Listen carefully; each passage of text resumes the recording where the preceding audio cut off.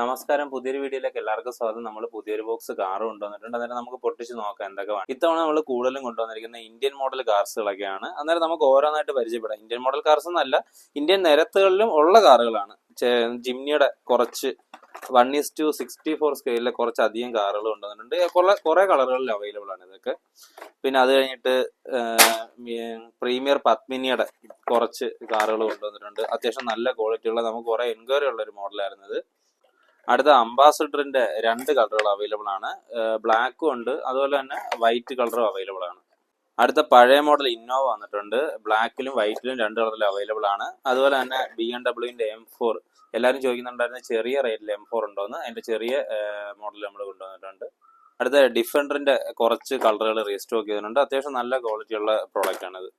പോർഷയുടെ കുറച്ച് മോഡലുകൾ നമ്മൾ റീസ്റ്റോക്ക് ചെയ്തിട്ടുണ്ട്. അത്യാവശ്യം നല്ല ക്വാളിറ്റിയുള്ള 1:36 സ്കെയിൽ വരുന്ന കാറുകളാണിത്.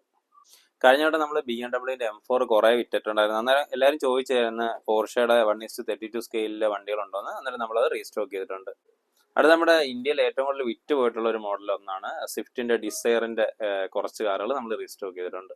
അടുത്ത നമുക്ക് കുറെ എൻക്വയറി വന്നായിരുന്നു F1ന്റെ RC കാർ, അതിന്റെ കുറച്ച് മോഡലുകൾ നമ്മൾ റീസ്റ്റോക്ക് ചെയ്തിട്ടുണ്ട്. അത്യാവശ്യം നല്ല ക്വാളിറ്റി ഉള്ള പ്രോഡക്റ്റ് ആണ്. ചെറിയൊരു എമൗണ്ട് മേടിക്കാൻ പറ്റുന്നതാണ്.